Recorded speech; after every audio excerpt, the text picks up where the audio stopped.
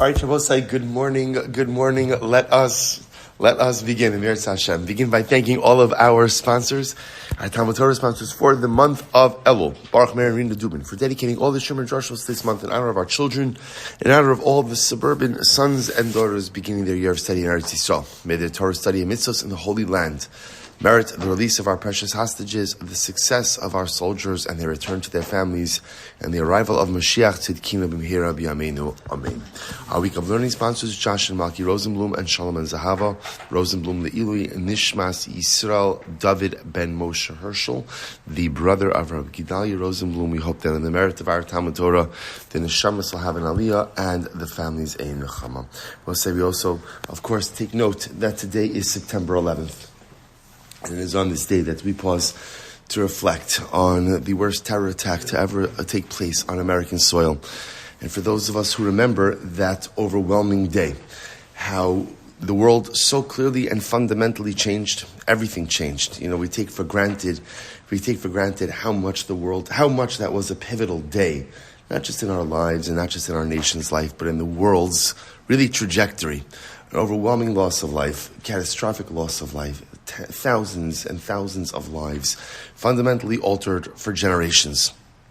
And at the same time, within all of the chaos and all the tragedy and all of the loss, I think many of us also remember the overwhelming and unprecedented achdus and unity that was present here, visionary leadership that we were blessed with, and just a feeling of coming together as Americans. You know, we always... Our primary identity is as Jews. That's our primary identity. But at the same time, we also recognize that although we are in Galus and although we are in exile, we are privileged to live in a country that gives us the freedom to be the kind of Jews we want to be, to live the kind of lives we want to live. And with all the problems and all the challenges and all of the politics, Baruch Hashem, this is a true land of opportunity and a true land of incredible freedom. And for that, we must have Hakaras Hatov to this nation, Hakaras Hatov to the Ribono Shalom. And although we're all making our way back to Eretz Yisroel one way or another, but we must have our tremendous sense of gratitude to the Ribono Shalom for placing us in this exile, out of all the exiles. And so therefore, on this day as Americans, we must also go ahead and recognize the incredible sacrifice that so many of the police officers, the firefighters, we have to have Hakaras Hatov to our armed forces. You know, in Eretz Yisroel, you see soldiers wherever you go. So you have a profound sense of awareness that there are people who are actively being Moser Nefesh in order to go ahead and protect you and take care of you. In America, so again, our battles are fought overseas. So the truth is, you don't, on a day-to-day basis, you don't run into soldiers and kind of out of sight, out of mind, recognizing that there are so many men and women who are dedicating their lives to the protection of the freedoms and of the values that we have in this country. And it's important for us to recognize that the rights and the responsibilities and the opportunities we have here don't come cheap. They don't come cheap. People are Moser Nefesh every single day to allow us to continue to have them. So on this day of September 11th, we pause, we reflect, we learn, we daven for an aliyah for the neshamas of all of those who were lost on this tragic day. We hope that HaKadosh Baruch Hu continues to shower protection upon the men and women of our armed forces. We thank our police officers, our firefighters for their daily mesiras nefesh. And halavai, we should be zocha miras Hashem for Moshiach. We should be zocha for Geula, because the world has too many commemorations like these, and there are too many sad and tragic and catastrophic days on our global calendar. We should be zocha miras Hashem to welcome Moshiach. We should be zocha miras Hashem to welcome Geula. We should be zocha miras Hashem to share besoros tovos and messages of Shalom in the years ahead. We'll say with that, let us begin. We have a lot to do today, Baruch Hashem, a really, really incredible Gemara. So we are picking up on the bottom of Ayin Zayin Base 77b. Really, the truth is we got into the top, but actually, we could really start at the top of Ayin Ches 78. Oh, and a special mazel tov to Ari and Shoshana Lerner on the engagement of their son Yehuda to Michal Pacino. Mazel tov. Continue simchas, brachas, nachas. It should be zocha to walk the chasim down to the chuppah b'sha'at tova u'mitzlachas. Mazel tov. So we are picking up Emiras Hashem on the top of Ayin Ches Mud Aleph 78a. So if you remember again, we were locked in a fascinating machlokes in Rabbi Yehuda and the Rabbanon about, remember, our Mishnah is continuing on the same general topic, which is when you buy something, what is included in that sale. So we had in this particular Mishnah, the topic was you bought a wagon, what comes with the wagon, or you bought mules, what comes with the mules. At the end of the Mishnah, we recorded a very interesting machlokes between Rabbi Yehuda and the Chachamim, namely about can you go ahead and tell what is included in the sale based on the price tag. Rabbi Yehuda says absolutely yes. Look at what the price is, and you can tell if the price is the price a wagon price, is the price a wagon and mule's price. Chacham saying no, you can't tell anything from the price tag. So we'll say, so now the Gemara says, okay, so let's focus on the Chachamim. If you can't tell anything from the price tag, so let's say, for example, I'm selling Reuven a wagon. Let's say, what is it? The MSRP, on a wagon, is $1,000. I turns out I sell the wagon to Reuven for $2,000. So according to Rabbi Yehuda will say $2,000 is not a wagon. $2,000 is probably a wagon plus mules. Chachamim say no. If you say you're selling a wagon, you're selling a wagon. So we'll say, so okay, if I'm selling a wagon for double the price, what is that called? Oh no. That's called oh no. And ono at that rate, which is more than a sixth, is going to lead to bittul mekach. Is going to lead ultimately to the voiding of the sale. So the Gemara says, so according to the Chachamim, if you can't tell what's included in the sale ultimately again by the price tag, so in a case of overcharging, you should lead to bittul mekach. So why don't the Chachamim say that ultimately if the price is too high, then the sale is voided? Top of ayin ches v'chi teimo. Bittul mekach l'Rabbanan les lahu. Maybe the Rabbanan don't subscribe to this. As well say, as Rashban points out over here, obviously everyone has to agree with the concept of ono. Why does everyone have to agree with it? Why? Because it's written in the Torah, right? Because contrary to popular opinion, you don't have a say about what's written in the Torah, right? In other words, if the Rebbe Shalom said it, then it's truth. It's truth. I can strive to understand it. I can struggle to contemplate it. But Lamais, again, I can't dispute it. So, ono is written in the Torah. So what does it mean when the Rabbanan say bittul mekach? So maybe the Rabbanan hold like this. Maybe the Rabbanan say that although above a sixth is ono, at the end of the day, more than a sixth does not negate the sale. In other words, maybe they hold, okay, so I have to return the extra funds, but the funds still stand. The Gemara says, is that true? V'hatnan. The Rabbanan do hold Rabbi Yehuda says, Hamochar Sefer Torah behema umargalis.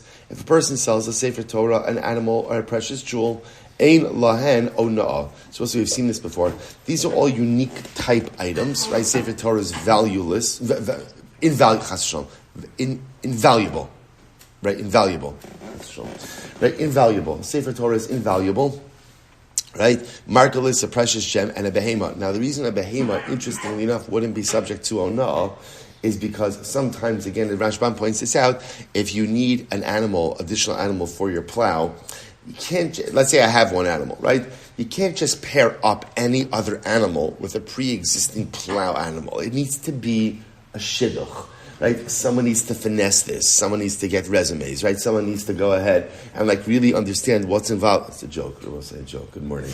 Right, wow, a lot of very serious. All right, maybe it was a bad joke. Right, so nice again. So nice. There's like a process that's involved. So because of that, at the end of the day, there's no owner. Remember, we have this concept that anything that is highly unique is not generally subject to owner. So, for example, one of the things that everyone agrees is never subject to onah is karka. Excellent. Real estate.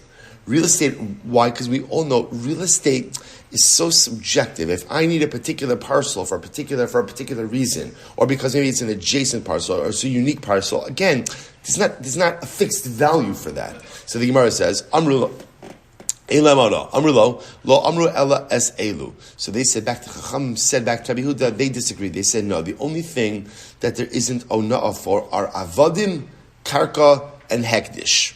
Those are three things that there are not ona'ah for. So we'll say, so the Gemara says, so the Gemara says, so what do you see over here? You see over here that the Rabbanan do hold of bittul mekach. So what's going on over here? So they do hold that if ona'ah is over a certain amount, it could void the sale. So what's going on over here? My ein damim raya. So what does it mean when the Rabbanan say ultimately again that the amount of money that you pay is not a proof to what it is that you bought? So the Gemara says, my ein damim raya nami diktani tahavi bittul mekach. No, what the Rabbanan says is like this. You're right.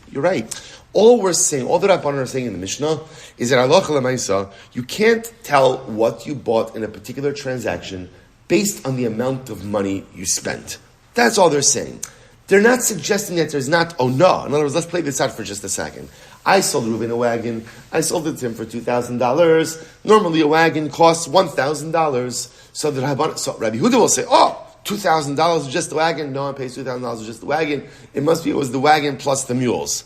All the Rabbanan are saying is that, no, we don't say that. We don't say that. If you contracted to buy a wagon, you bought a wagon. But it turns out that what happened? What did Reuven do?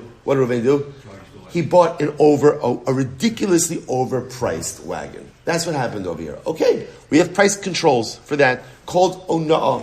So therefore, again, that's going to trigger a separate set of halachas. But this is not the sugya of ona'ah. That's not the sugya. So Rabbanan will say, of course, if it's ona'ah, then Reuven is going to say, Silber, you overcharged me by more than a sixth. The sale is void. Give me back my money. I'm giving you back the wagon. Shalom Yisroel. That's it. So there are the laws of ona'ah.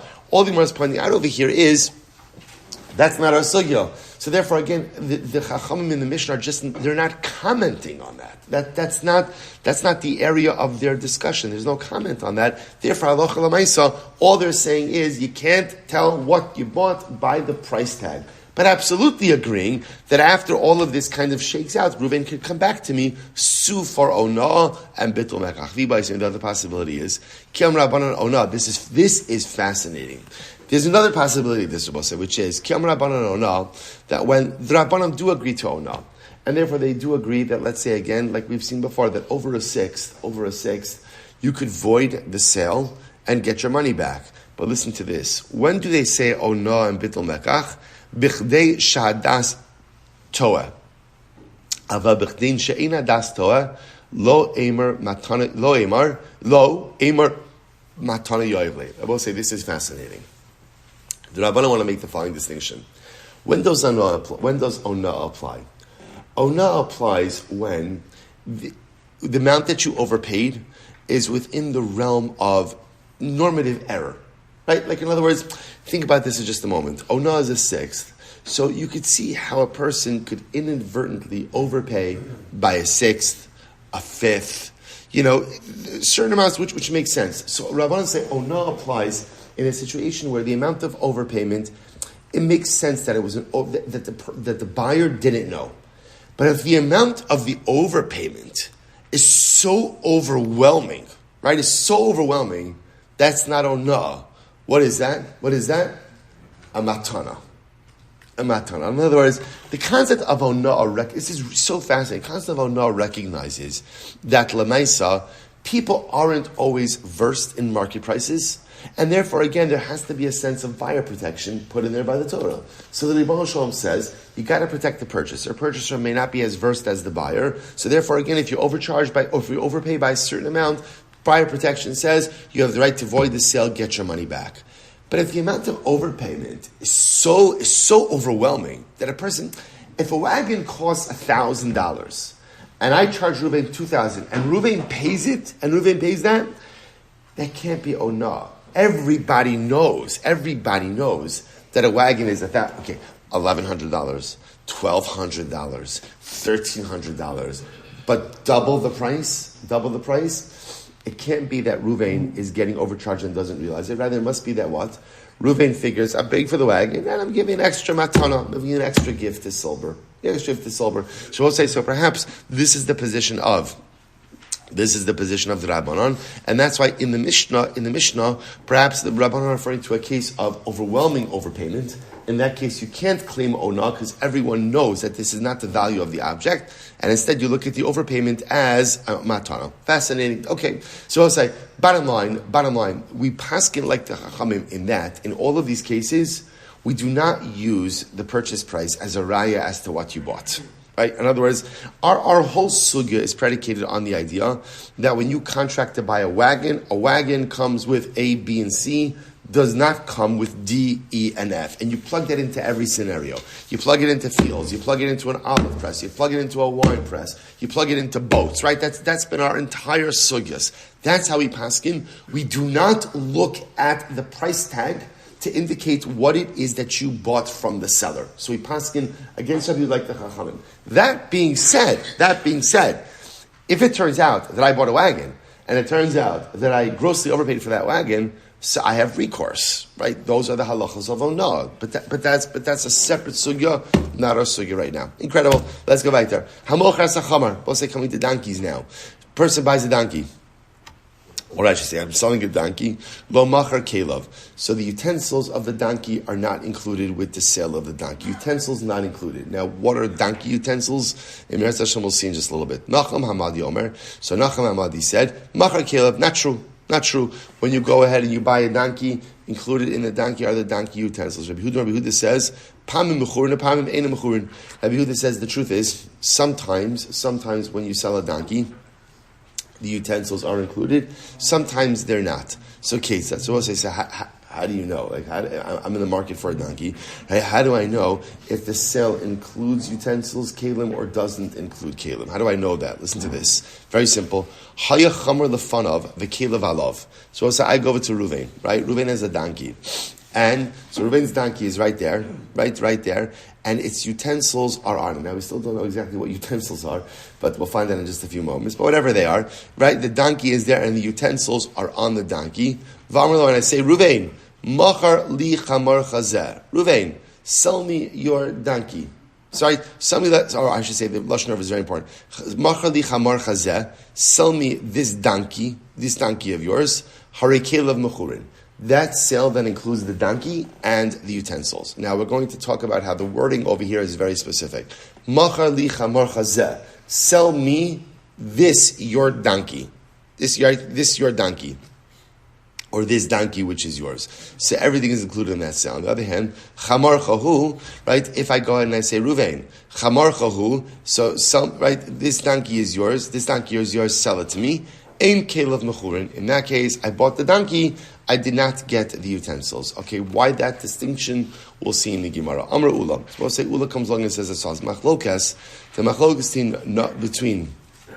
I will say, so what we're focusing now over here is the machlokas in the Tanakama and Nachum Hamadi. Tanakama says that when you buy a donkey, so utensils are not included. Nachum Hamadi says they are included. So it says the Gemara now. Amr Ula. Machlokas besak v'disakya v'kumni.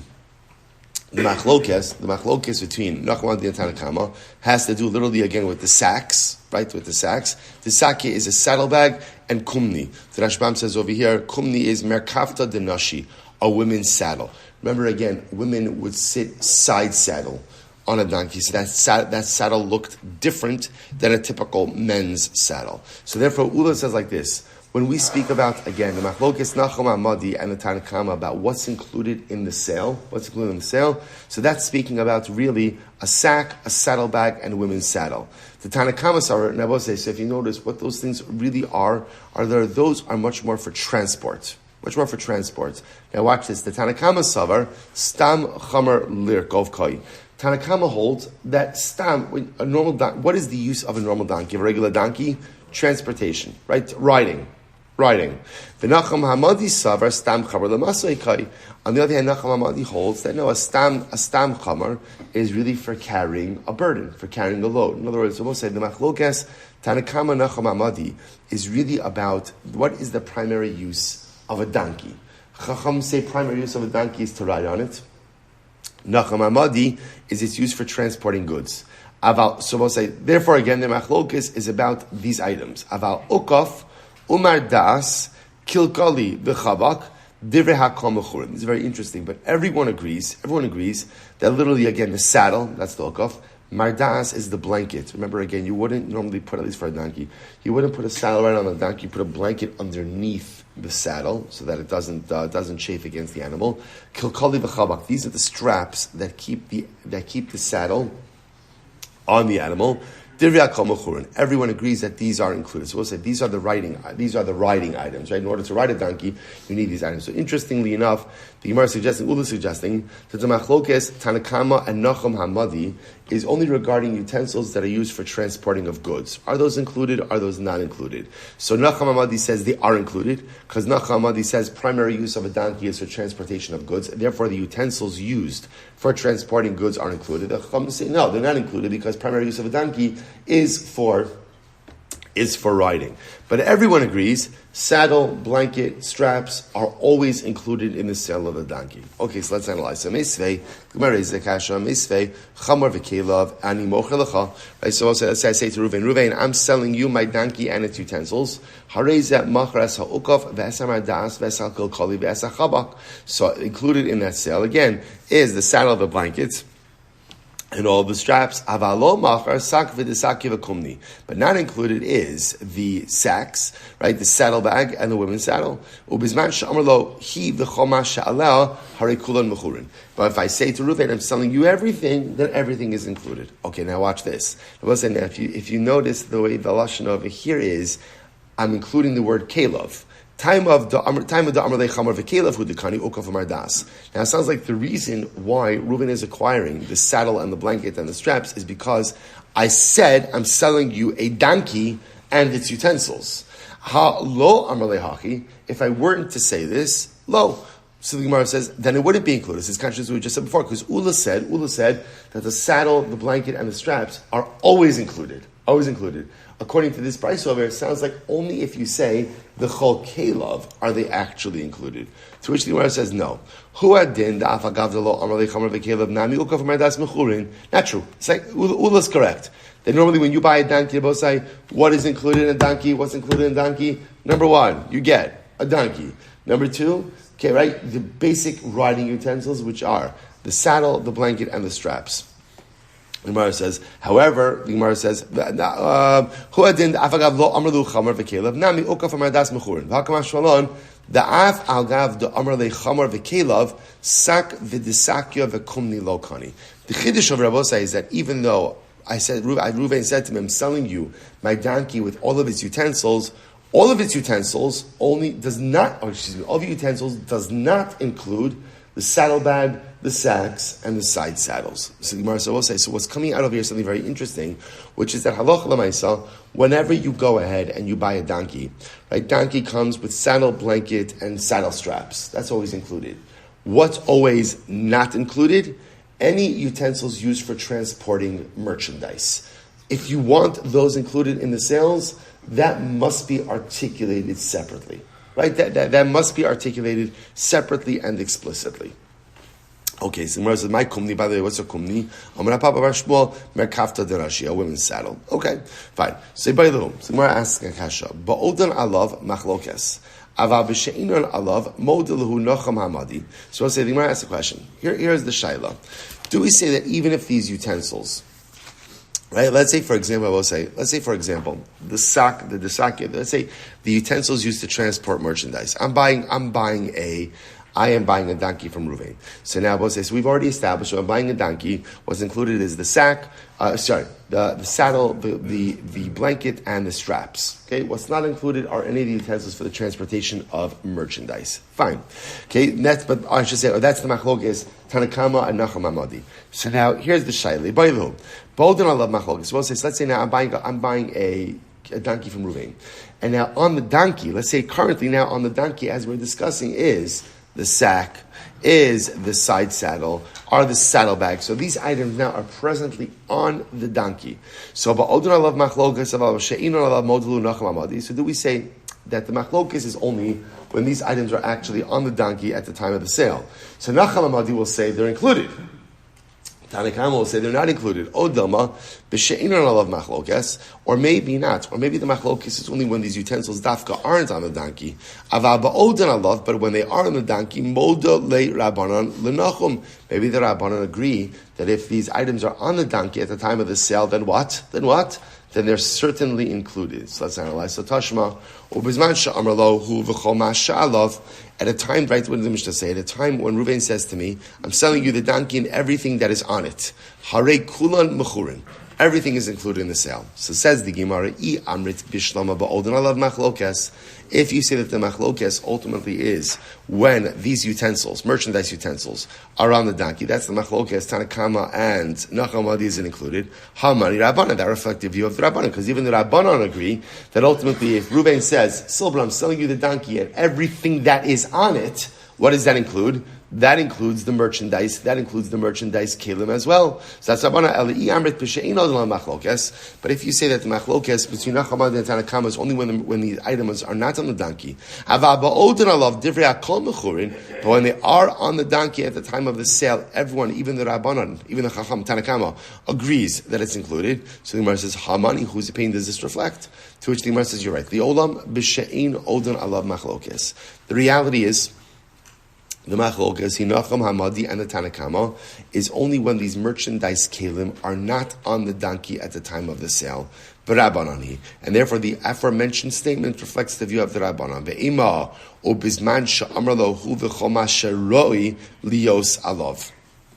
Ultimately, again, and read it and say when Reuven makes a statement, I'm selling you the donkey and whatever utensils are normally on this donkey, whatever is fit, so to speak, to be on this donkey. Good. So Tashma, Rabbi Yehuda Omer, Pamim Mechorin, Pamim She'en Mechorin. So what's Rabbi Yehuda says? Sometimes. These items, right? Sometimes these items are included in the sale. Sometimes they're not included in the sale. So the Gemara says, "My love, amai deka'amar Tanakama koi." Is Rabbi Yehuda not commenting on what the Tanakama said? To which the Gemara says, "I'm sorry, my love, amai deka'amar Tanakama koi Rabbi Yehuda." Is Rabbi Yehuda going? Isn't Rabbi Yehuda commenting on what the Tanakama is speaking about? To which the Gemara says, "No. Rabbi Yehuda, Amud Beis Rabbi say milsa achrisi kamar." Rabbi Yehuda actually is commenting on something dramatically different. Fine. Amrli Ravina. The Rashbam points out over here, Milsach Risi Ka'amar, top Rashbam on 78b, Inhu Ayri B'She'in Odin Alav.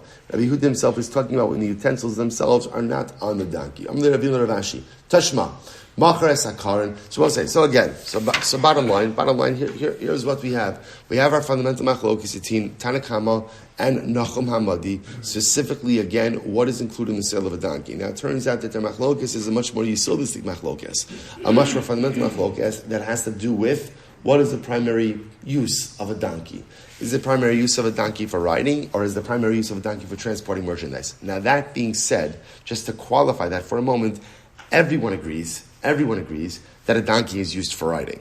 Everyone does agree with that. That's why everyone agrees that when you buy a donkey, what's automatically included in the sale? The saddle, the blanket, and saddle straps. That everyone agrees. The shaila is, does a donkey also have a primary, secondary use? Well, it doesn't make sense, but a primary, secondary use for transporting merchandise. Nachum Hamadi says yes, and that's why, again, when you buy a donkey, you also get the saddlebag, you also get the sacks, versus Chacham say no, that there is not a primary, secondary use of transporting merchandise, and therefore the only way you get those secondary items is if you explicitly say it. The seller explicitly says, this and everything and all of its kalim.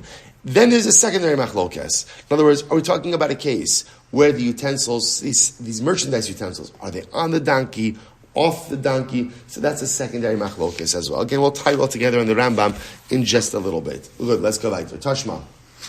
We'll say 78b, second line. Tashma. Machar asakaran, lo machar asaprados. If you sold the wagon, you didn't sell the mules.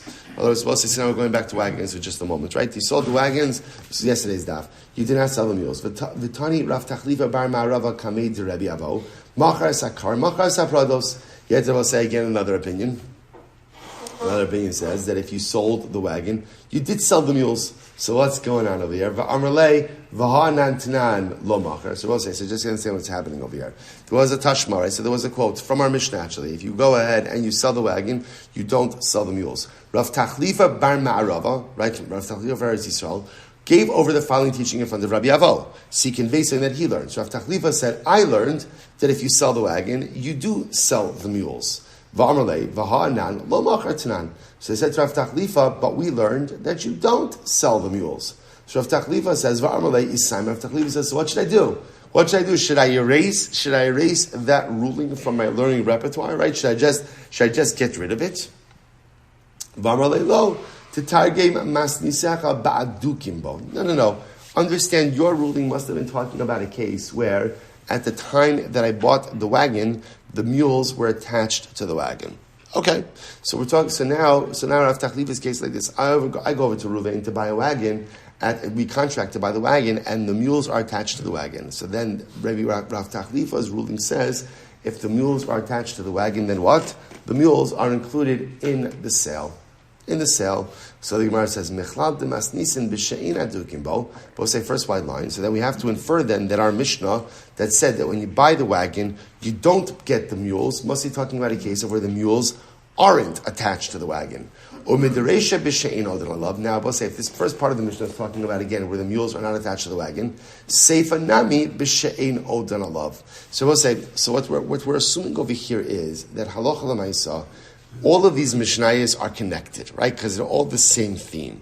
So therefore, if we're setting up the Mishnah that when you sold the wagon, the mules weren't attached to the wagon, the parallel case would be in our Mishnah that when you're selling the donkey, when Reuven is selling the donkey, the utensils are not on the donkey, right? In other words, the utensils are not attached. Right? The mules weren't attached to the wagon in the previous case, so to over the utensils aren't attached, aren't on the donkey.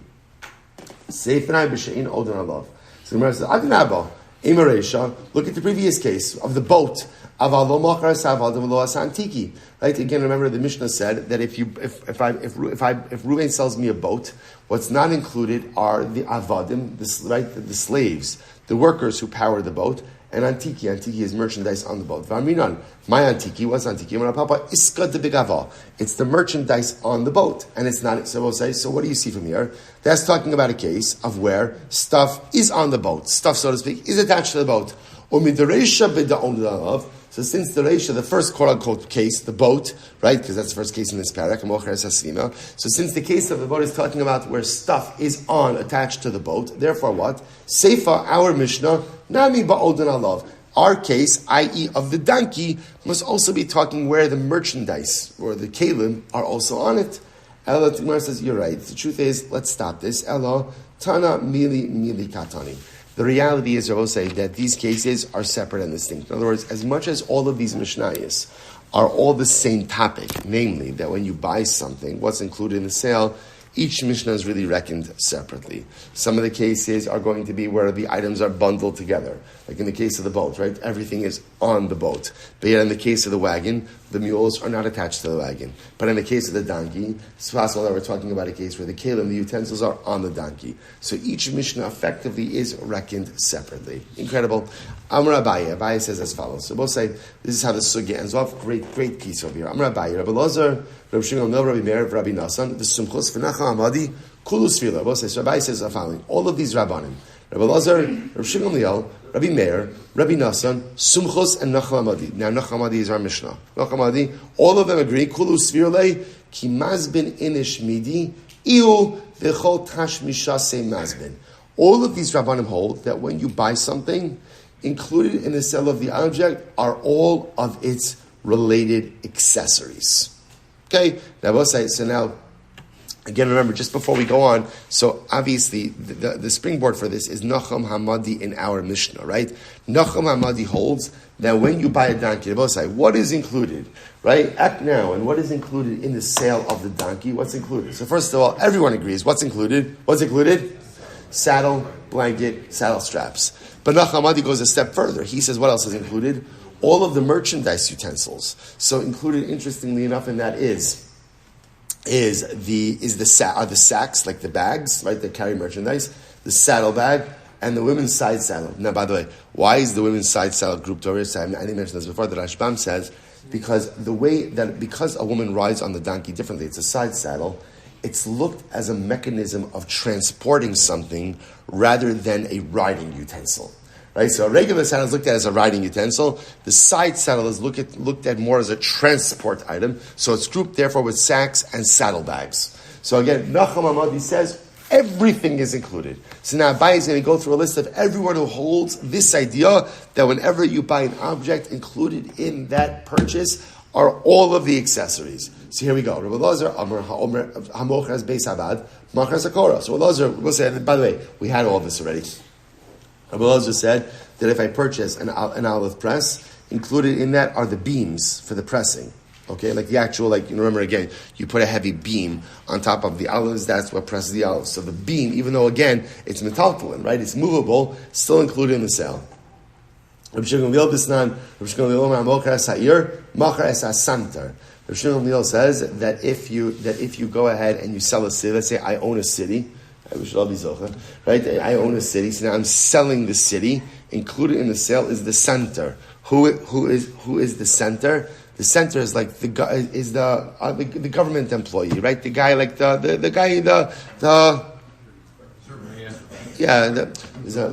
mayor, but he actually does something. In other words, it's the person, like it's the public servant who actually works, right? Who goes ahead and actually runs the affairs of the city. See, he's included in the sale.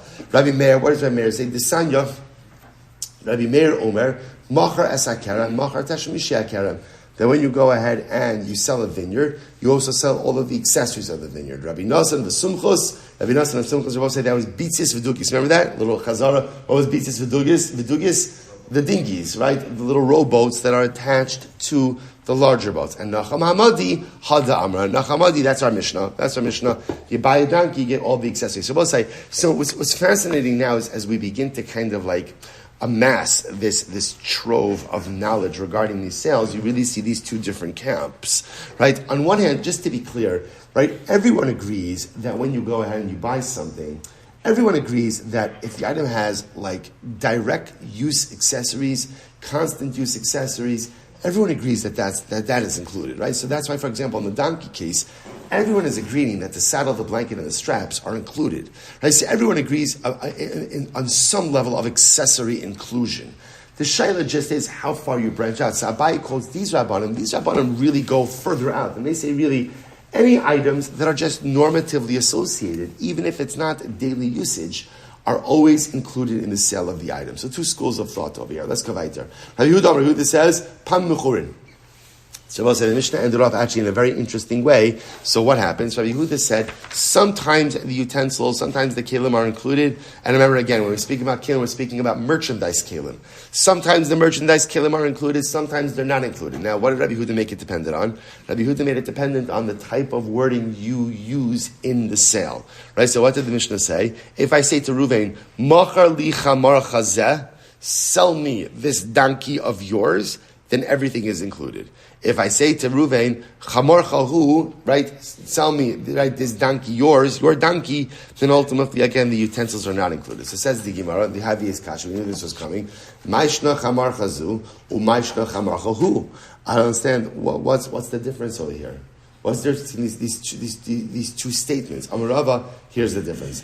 Chamar Chazu, Yada de Chamre Didehu, Vahai de Kamrale Zu, Mishum Kalev Kamalei. So this is very interesting.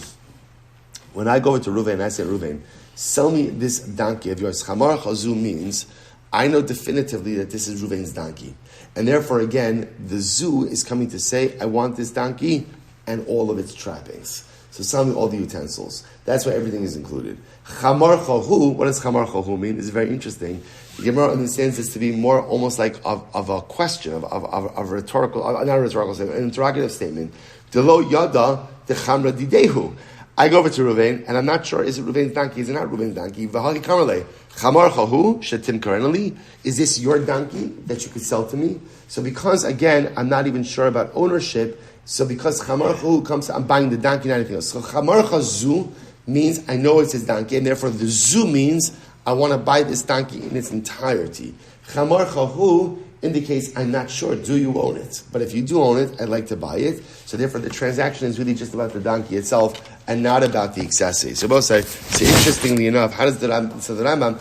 This is just interesting because there is so much debate surrounding this case. So let's just round it out in the halacha. So the Rambam Paskins in Hilchos Mechira, Parachav Zayin Halacha Daled, Dechena Mocher Esama Achamar. It's good to know. You need to buy a donkey. What do you get? What is included in the donkey? Mocher Esama Das Ha'ukof Afa Pisha Inon Alav. So both say, this is very interesting. What you get, including the sale and the purchase of your donkey, is a saddle, a blanket. The Rambam doesn't say the straps, but the straps are obvious because the saddle needs to be anchored, otherwise the saddle slides right off. So you get all of that. Now the Rambam adds in, even though those items are not on the donkey at the time of the sale.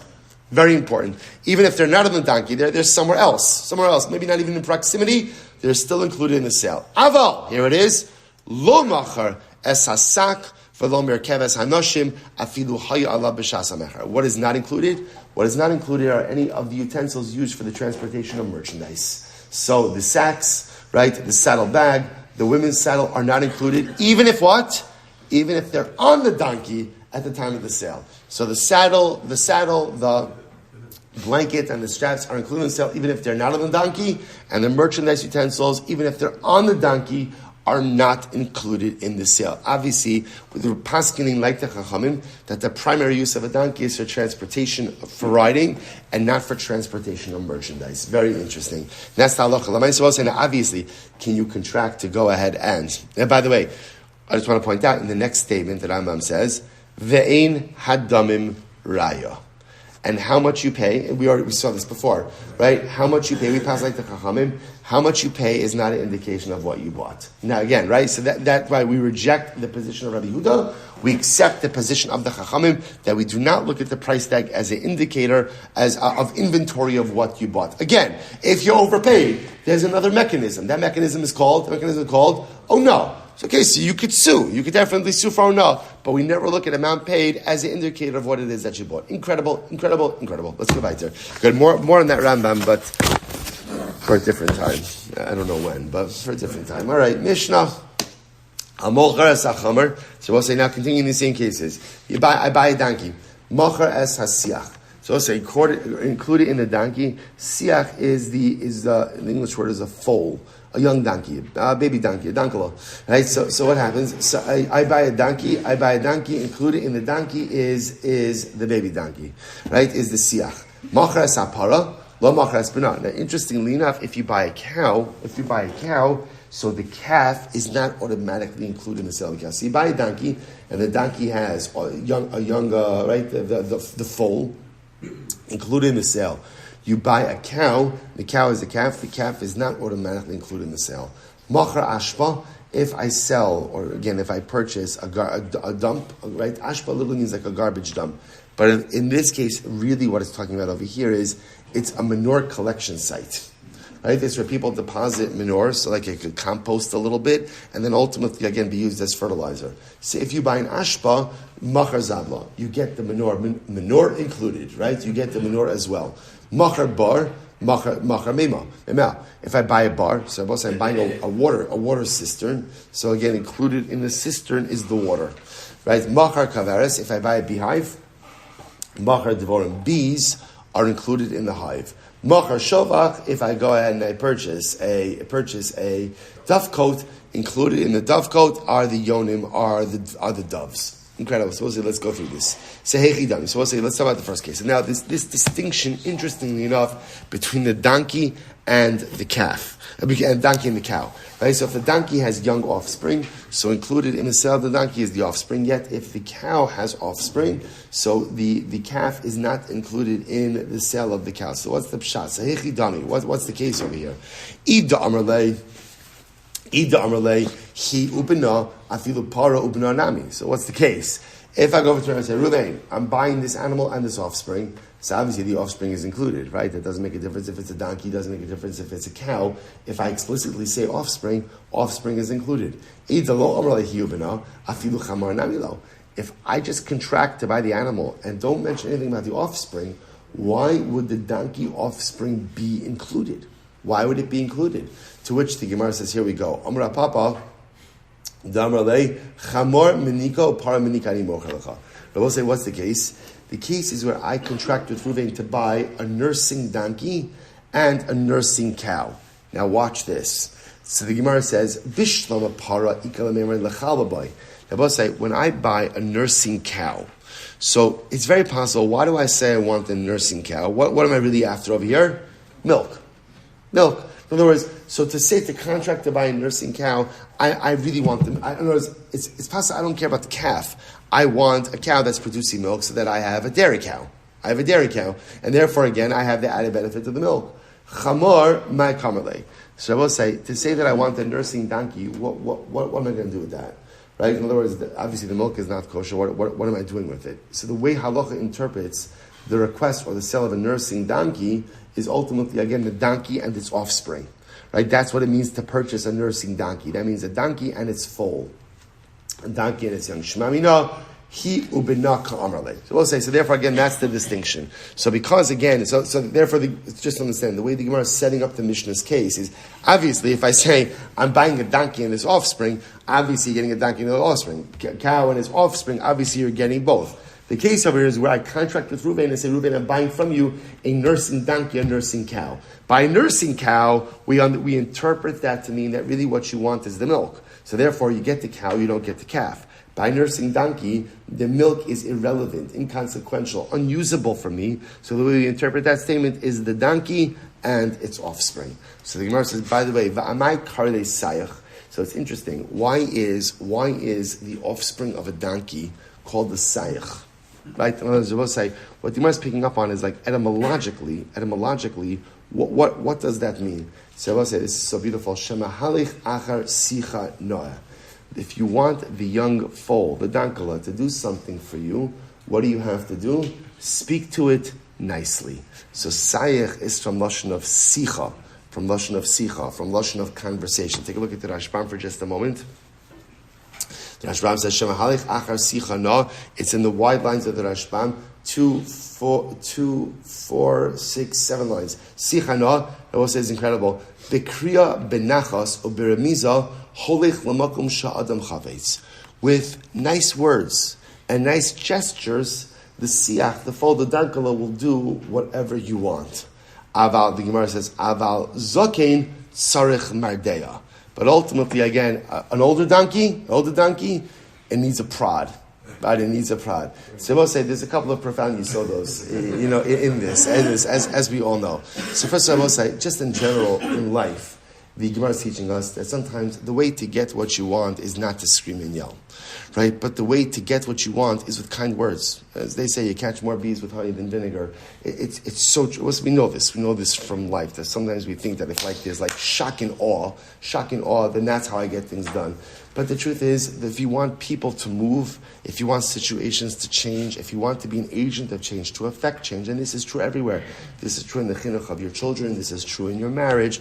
This is true in business. I don't know if I'm not business. I would imagine it's true in business. It's true in kehila work, true in organizational work. If you want to affect change, sometimes kind words, positive reinforcement, sometimes you have to be stern. You have to be strong with it. But there's a way to be strong without being caustic.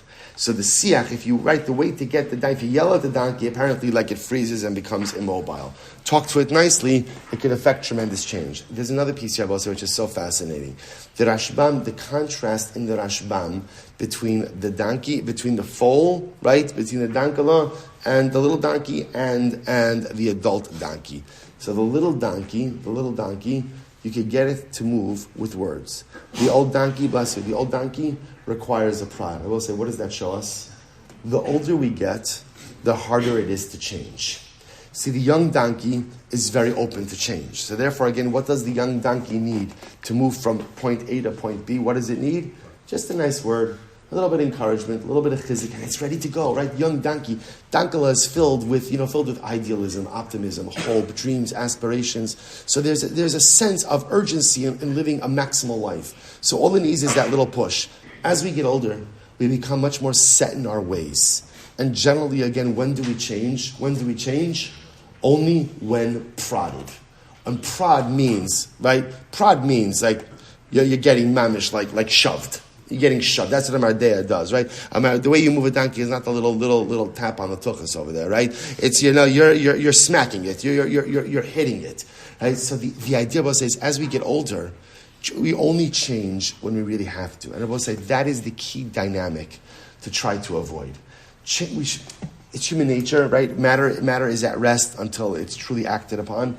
We have to try to avoid that dynamic. And to recognize that if change has to be made in life, don't wait until you have to make it, but choose to make it. Choose to make it. Be like the dankala, be like the foal, be like the siach, and don't be like the chamar. Don't wait to make the changes you have to make in life until you have no choice but to make them. But if you know that changes need to be made, if you see how your life could be better, if you're able to affect a certain level of changes, make them now. Make them of your own volition. Make them of your own choice. Make them of your own choosing. Don't wait until prodded to do so but rather take the initiative and affect the change in life that you know will make such a comprehensive difference. So we have to stop up here for today. Beautiful, by the way, we're starting tomorrow with ridiculously beautiful Gemara, some additional Agarata. So just a little bit of Agarata tomorrow. Have a wonderful day. Just a reminder, Shiva Minyan at the home of Gedalia Rosenbloom. Anyone who's able to make it, much appreciated. All right, have a great day, everyone.